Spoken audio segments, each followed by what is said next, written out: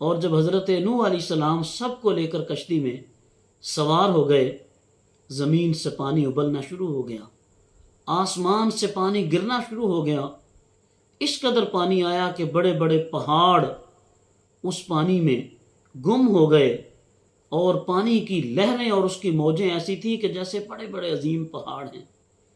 اسی دوران حضرت نوح علیہ السلام نے اپنے بیٹے کو دیکھا، آپ نے ارشاد فرمایا بیٹے آ جاؤ میری کشتی میں سوار ہو جاؤ۔ اس بیٹے نے کہا کہ میں اس پہاڑ پہ چڑھ جاؤں گا، مجھے آپ کی کشتی میں آنے کی کوئی ضرورت نہیں ہے۔ حضرت نوح علیہ السلام اللہ کی بارگاہ میں عرض کرتے ہیں اللہ میرا بیٹا، اللہ تبارک و تعالیٰ کی بارگاہ سے جواب آتا ہے نوح یہ آپ کا بیٹا نہیں ہے، جب اس کے اعمال آپ کے اعمال جیسے نہیں ہیں، جب اس نے آپ کی سیرت و کردار کو نہیں اپنایا، آپ کی تعلیمات کو اس نے تسلیم نہیں کیا، آپ اس کو چھوڑ دیں، اللہ بہتر جانتا ہے۔ تو ناظرین آج اس آیت میں ہم سب کے لیے لمحہ فکریہ ہے، ہم یہ دعویٰ کرتے ہیں کہ ہم رسول اللہ صلی اللہ علیہ وسلم کی امت ہیں۔ ناظرین بتائیے ہمارے اعمال حضور کی تعلیمات کے تابع ہیں، قرآن کی تعلیمات کے تابع ہیں؟ ہم جو دعویٰ کرتے ہیں اپنے اس دعوے میں ہم سچے ہیں؟ ہماری خوشی غمی، ہماری شادی بیاہ، ہمارا جینا مرنا، کیا یہ سب اسلام کی تعلیمات کے تابع ہے؟ رسول اللہ صلی اللہ علیہ وسلم کی تعلیمات کے تابع ہے؟ ہم ان رسومات میں رہتے ہوئے کیا یہ دعویٰ کرنے میں حق بجانب ہیں کہ ہم حضور کی امت ہیں؟ کہاں اللہ اپنے پیغمبر کو فرما رہا ہے کہ یہ آپ کا بیٹا آپ کی تعلیمات پہ نہیں ہے تو آپ کا نہیں ہے؟ تو ناظرین ہم حضور کی تعلیمات کی مخالفت کر کے، آپ کی شریعت کے مخالف چل کے ہم کیسے دعویٰ کر سکتے ہیں کہ ہم حضور کے امتی ہیں؟ احباب اگر آپ نے یہ دعویٰ کرنا ہے تو اس دعوے پہ عملی طور پہ دلیل پیش کریں کہ اپنے آپ کو حضور نبی کریم صلی اللہ علیہ وسلم کی تعلیمات کے تابع کریں۔ اس کے بعد آیت نمبر 50 میں قوم عاد کا ذکر ہے کہ ان کی طرف اللہ تبارک و تعالیٰ نے حضرت ہود علیہ السلام کو بھیجا، انہوں نے دعوت حق دی، قوم نے آپ کی دعوت کو جھٹلا دیا، آپ نے ان کو راہ حق کی طرف بلایا، لوگوں نے شیطان کی پیروی کی، اللہ کے اس نبی کی مخالفت کی، اس کے نتیجے میں اللہ نے ان کو نشان عبرت بنا دیا، دردناک شدید عذاب نازل فرمایا۔ اس سے آگے آیت نمبر 61 میں حضرت صالح علیہ السلام کی قوم سمود کے حالات بیان ہوئے ہیں کہ کیسے اس قوم نے اللہ کے نبی کو اور ان کے معجزے کو جھٹلایا، اللہ تبارک و تعالیٰ کے نبی کی توہین کی، اور پھر اللہ نے کس طرح ان کو اپنے عذاب کے شکنجے میں جکڑ دیا اور قیامت تک کے لیے ان کو نشانہ عبرت بنا دیا۔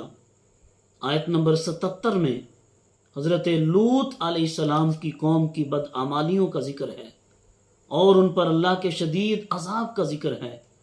آیت نمبر 84 میں حضرت شعیب علیہ السلام کی قوم کا ذکر ہے کہ وہ کیسے ناپ تول میں کمی کیا کرتے تھے، انسانوں کے ساتھ دھوکہ دہی کیا کرتے تھے۔ اللہ رب العزت نے ان کے احوال بیان کیے اور ان پر عذاب کا تذکرہ کیا۔ ناظرین آخر میں آیت نمبر 106 میں اللہ کریم نے انجام کے اعتبار سے لوگوں کی دو قسمیں بیان فرمائی ہیں، ایک سعادت مند اور دوسرے بدبخت۔ بدبختوں کا ٹھکانہ جہنم بتایا ہے جس میں وہ ہمیشہ رہیں گے، نیک بختوں کا ٹھکانہ جنت ہے جس میں وہ ہمیشہ رہیں گے۔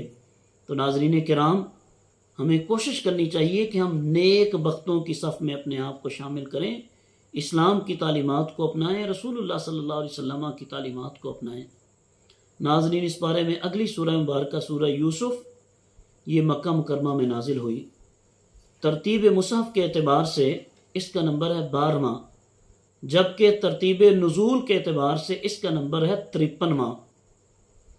اس سورہ مبارکہ میں حضرت یوسف علیہ السلام اور ان کے بھائیوں کے احوال بڑی تفصیل کے ساتھ بیان کیے ہیں۔ حضرت یعقوب علیہ السلام کے تذکار، آپ کی اولاد کا ذکر ہے۔ اس صورت میں پچھلی امتوں کی تاریخ بیان ہوئی ہے، قوانین اور نظام حکومت بیان کیا گیا ہے، تجارت اور سزا کے طریقوں کے بارے میں اللہ تبارک و تعالیٰ نے اپنی تعلیمات عطا فرمائی ہیں۔ حضرت یوسف علیہ السلام کے واقعے کو اللہ رب العزت نے حسین واقعہ قرار دیا ہے، احسن القصص فرمایا ہے۔ ناظرین، حضرت یوسف علیہ السلام ایک خواب دیکھتے ہیں کہ 11 ستارے، ایک چاند اور سورج ان کو سجدہ کر رہے ہیں۔ جب اس خواب کا ذکر اپنے والد گرامی حضرت یعقوب علیہ السلام سے کیا تو انہوں نے فرمایا، بیٹا یہ دیکھنا کہیں یہ خواب اپنے بھائیوں کو نہ بتا دینا۔ ناظرین، یہاں سے ایک نئی بات شروع ہوتی ہے۔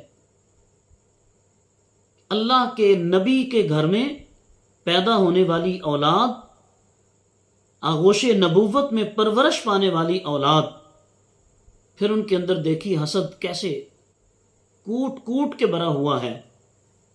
حضرت یوسف علیہ السلام کے بھائی جب یہ دیکھتے ہیں کہ ہمارے والدین حضرت یوسف سے محبت کرتے ہیں، یہ ان کی آنکھوں کا تارا ہے، کوئی ایسی پلاننگ کرتے ہیں کہ ہم حضرت یوسف کو ان کی آنکھوں سے دور کر دیتے ہیں، یہ معاذ اللہ ان کو قتل کر دیتے ہیں، تو جب یوسف ہی نہیں رہے گا تو ہمارے والد گرامی ہم سے محبت کریں گے۔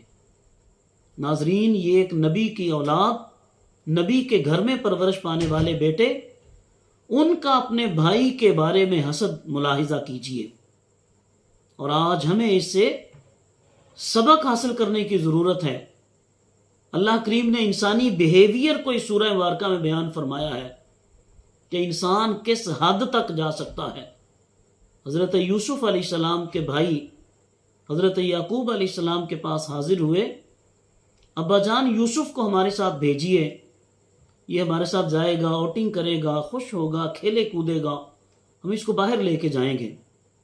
حضرت یعقوب علیہ السلام ارشاد فرماتے ہیں، مجھے اندیشہ ہے کہ کہیں تم میرے بیٹے کے بارے میں آ کر مجھے یہ نہ کہہ دو کہ میرے بیٹے کو بھیڑیا کھا گیا ہے۔ انہوں نے عرض کیا کہ ہم اتنے لوگ ہیں